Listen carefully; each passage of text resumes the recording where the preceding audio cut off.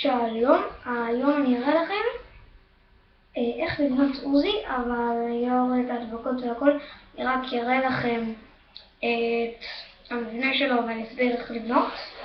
אבל אני מביא אותו. יש לו כמה תוספות גם לעוזי הזה, ודרך אגב זה עוזי מנייר. טוב. זה העוזי.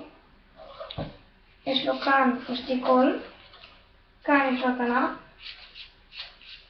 אבל מה המיוחד בתנה הזאת? רואים, במקום לעשות ככה, עושים ככה. טוב. משתיקול, אפשר להוציא אותו, אבל אני לא אוציא אותו עכשיו.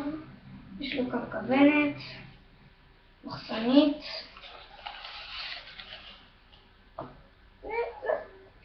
טוב, אז איך בונים את זה?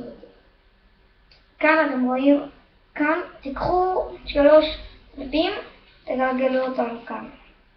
שימו, טוב, אחרי זה תדביקו את כולם יחד, ותיקחו דף אחד ותגלגלו אותו על כל 3 הדפים שהדבקתם.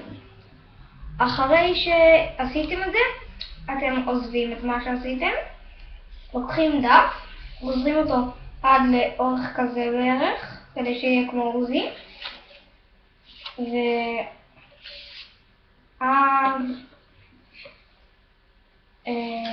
ואז שמים אותו כאן ומדליקים אותו. טוב, כאן, אחרי זה יש לכם את זה לבנות. אז פשוט לוקחים חלק, מקפלים אותו קצת, אבל לגזור את החלק, כן. ואז לקפל אותו ככה, ואתם רואים כאן, שמתי כאן את הקצוות קצת, בשני הצדדים. כן, רואים? טוב. אני אראה לכם עוד פעם. רואים כאן, וגם בצד השני יש כאן. טוב.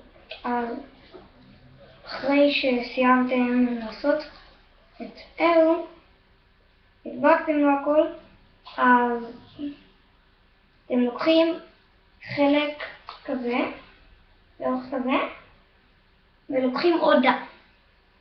וקודם אתם עושים כאן את החור באמצע. ואז שמים כאן את החלק והכל, כמו שאמרתי. ואז מדביקים את הדף, כשמגלגלים את הדף אתם מדביקים אותו עם החלק ככה, שזה יהיה מחובר ככה, ואז איך פשוט מכניסים את זה. באים, לוקחים את הדף, נגיד זה הדף, באים ומכניסים אותו בצורה כזאת. כאן רואים? ככה מכניסים. טוב, אז כוונת לוקחים חלק ועוד חלק, ואז שנים, מחסנית נפלא.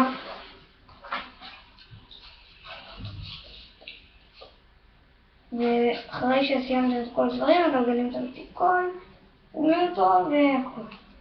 טוב, אז יאללה, ביי!